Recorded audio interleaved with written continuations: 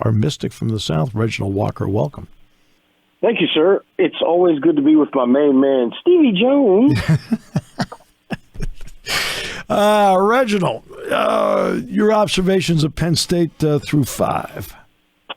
It's a football team that I think most importantly, Steve, it's a team with an identity, right? We're going to run the football. We'll take our shots when they're there, but we're going to play really, really good defense because we figured out that a guy like Joey Porter and some of those other guys we have in the secondary are really good, so we can load up front and really try to shut the running game down and force people to really fight to earn yards. Think about it. This team is giving up less than 3 yards a carry rushing. Yeah. Now, there's two pieces to that. Number one, you have to be good up front to do that. But number two, you have to find a way to get ahead so that the running game starts to go out of the window for some teams when you get midway through the third quarter and on in the football game. And to the point they've done it. And not only that, if you have a Joey Porter Jr. out there, you need to be good on the other side. You see Kalyn King and Johnny Dixon, for example. What has their maturity meant to make the Joey Porter Jr. side pay off? Well, I think the main thing is trust. Yeah. Right? Those guys and their ability to develop, and they've done that. And that's what makes this thing special is their ability to develop. But, Steve, I want to point something out about these corners because I played the same position when I initially got to Penn State. Yep. And these guys they're about the weight I was, right, 190 pounds-ish. Mm-hmm. But Porter at 6'2", King at 5'11", Dixon at 6 feet tall. And all of these guys are long. Yeah. So they can play physical. They can play within the wide receivers and be able to feel them as they move up and down the field, getting in and out of breaks. I think that helps. You can be a little bit more physical because it doesn't look so bad when you're a long-arm guy doing that. So I think those are some of the aspects that have really helped. And then the other thing is these are guys that, you know, King's just a sophomore and Dixon's a junior transfer. We get all that. But these are guys that have played a lot of snaps early in their careers. Mm-hmm. And I think that really helps because if you're not getting better with every rep, everybody's wondering what the problem is, right? And so you look at these guys, and they're getting better with every single rep. And that's why that level of maturity, that level of understanding, and I think more than anything, when you watch them play, I see them playing a smarter brand of football as opposed to just being out there saying, I'm a great athlete, I can get away with doing things. Which then brings us to Ji'Ayir Brown. And I can say this, and I can flip this over to Brenton Strange. It's fun watching guys become complete players. When you watch Ji'Ayir Brown play the run, play the pass, how important is the mental side of it? Because he seems to be the one that's putting everybody in the right spot. I call him an automatic trigger, Steve. Like, he doesn't think. It's all instinct because he knows what he's seen all week long watching film. He knows the scheme, and he understands what teams are trying to do to attack this defense. He knows where the weaknesses are as well.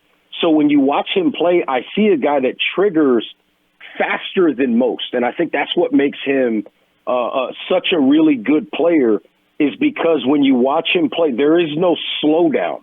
Everything he's doing is fast because he doesn't have to stop and think. It just naturally happens because he's triggered by everything he's studied, all of the information he's downloaded, right? The old what's that movie, Short Circuit with the robots? Yep. And the robots like reading the book, like he's reading like a 500-page book in like 12 seconds, yep. And all you hear is lots of input.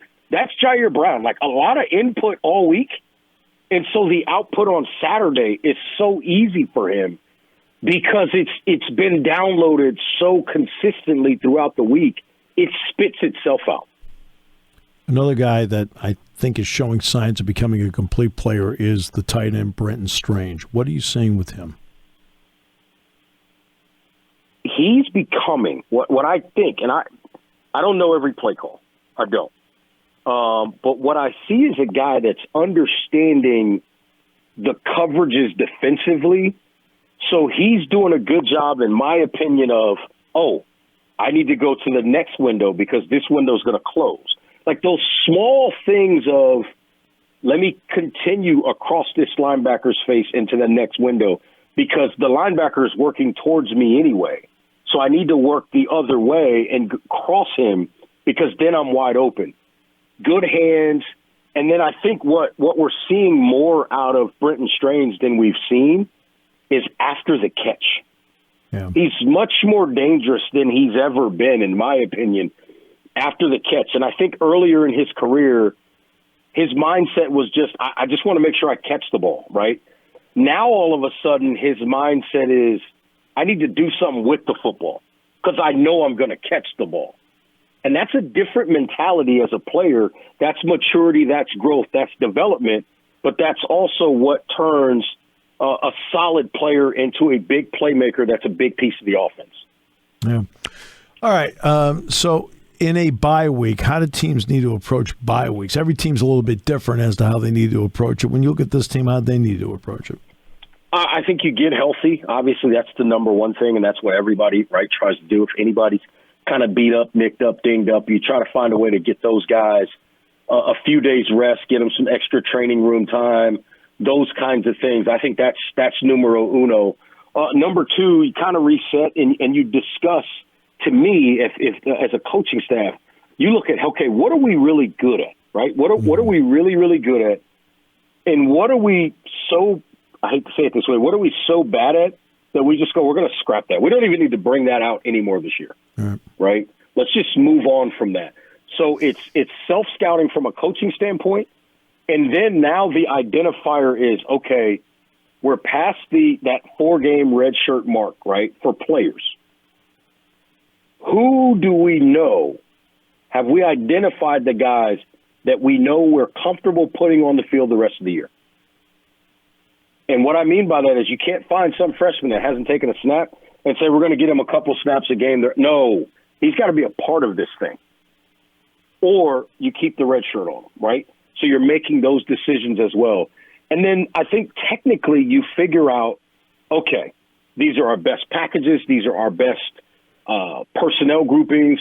This is what we really like to do. How do we want to work the play action game? Where do we need to get stronger? Like this is one of those weeks where maybe you challenge some guys in the weight room, offensive linemen, maybe defensive linemen, if they've had some situations where maybe they've lost some one-on-one battles because they were physically being overpowered. You challenge those guys in the weight room to really work to finish the season by getting stronger, and it starts this week. Those are some of the things you look at. And then I think last but not least, you simplify and you start to bracket and pocket what's next of the season. If it's me and I'm James Franklin, listen, I agree with the 1-0 this week mentality. There's nothing wrong with that. But if I'm him, I'm looking at this season right now and I'm saying the next thing we need to focus on is October. I don't care about Indiana, Rutgers, Maryland, Michigan State. I may have gotten that order wrong on the back. I don't care about those 4 games. I need to lock into going to Michigan and getting a win and then being able to refocus for Minnesota and Ohio State. That's it.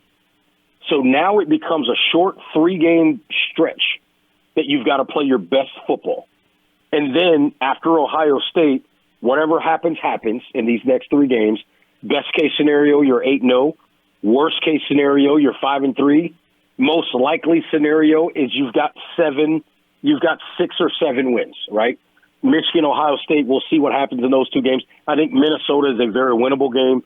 Going on the road is always tough in the Big Ten. Ohio State is always a difficult game. I think I always laugh because people talk about rivalries and they say Penn State's rivalries. I'm like, listen, you can say what you want. Michigan State may be at the end of the schedule.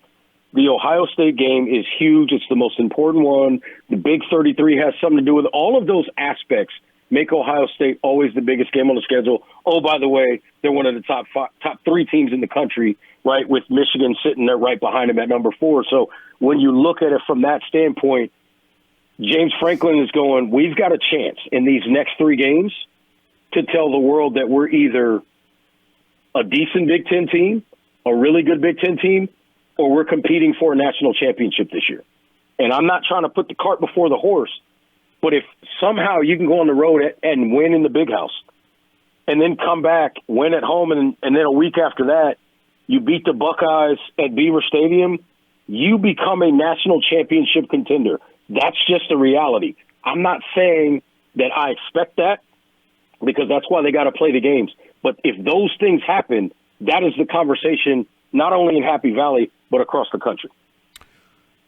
When you played, social media was not a part of the mix. It didn't mean there weren't newspapers and so forth out there.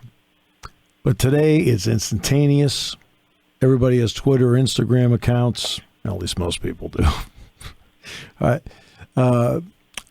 How does a coach, you can't control it, but deal with social media because people have such contact with a coach's players these days?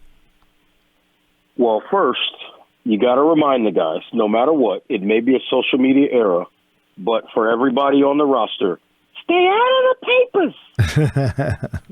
First and foremost. Yeah. But to that point, you have to treat them like men and let them understand, listen, you're going to see some things, you're going to hear some things on social media, but your focus needs to be on what you see on tape. And you have to, from a coaching standpoint, reiterate how good those football teams are. And even more importantly, every now and then you got to remind a player that he's not that good, right? You're not a perfect football player yet. That is the goal. It'll never happen. No one's perfect. But you keep pushing them to try to get there so that whatever noise that they're hearing, they are reminded that I still have to do the work, because at the end of the day, you're not going to win if you don't do the work ahead of time. So that's the main thing you have to remind them. And then the other part of it is trust. And if a guy is doing some things or playing in a game to where they're a little erratic because maybe they saw some on social media, somebody said, oh, we're going to beat them by 35 points, whatever the case may be, you've got to find a way to calm those guys down and get them involved. I'll give you a prime example. A couple of weeks ago, I was doing a Mercer game at Gardner-Webb, and a kid at Mercer, Devron Harper, really good player. Mm-hmm. He's a Gardner-Webb transfer. All of a sudden, he's back. He's got his issues, his whatever with Gardner-Webb. The first thing Mercer does is give him the football. And the reason why they want him to go ahead and take a hit and get himself acclimated properly and not get over antsy, they're trying to bring that adrenaline down right away by giving him a chance to maybe get hit. Needless to say, he took the ball 60-plus yards to the house, so it didn't matter. But you do that to get folks indoctrinated. So if it's a running back, you're probably going to get him an early carry. A receiver, you're probably going to get him an early catch.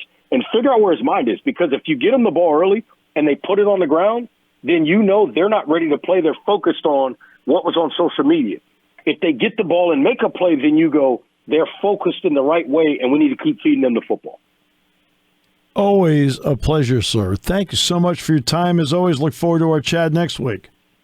I look forward to it. It's going to be fun. It's always fun talking ball with you, Steve. And for the record, just so everybody knows, I may be the guest and the analyst here, but I've learned more football probably from Steve than I've learned from a whole lot of people. So there we go.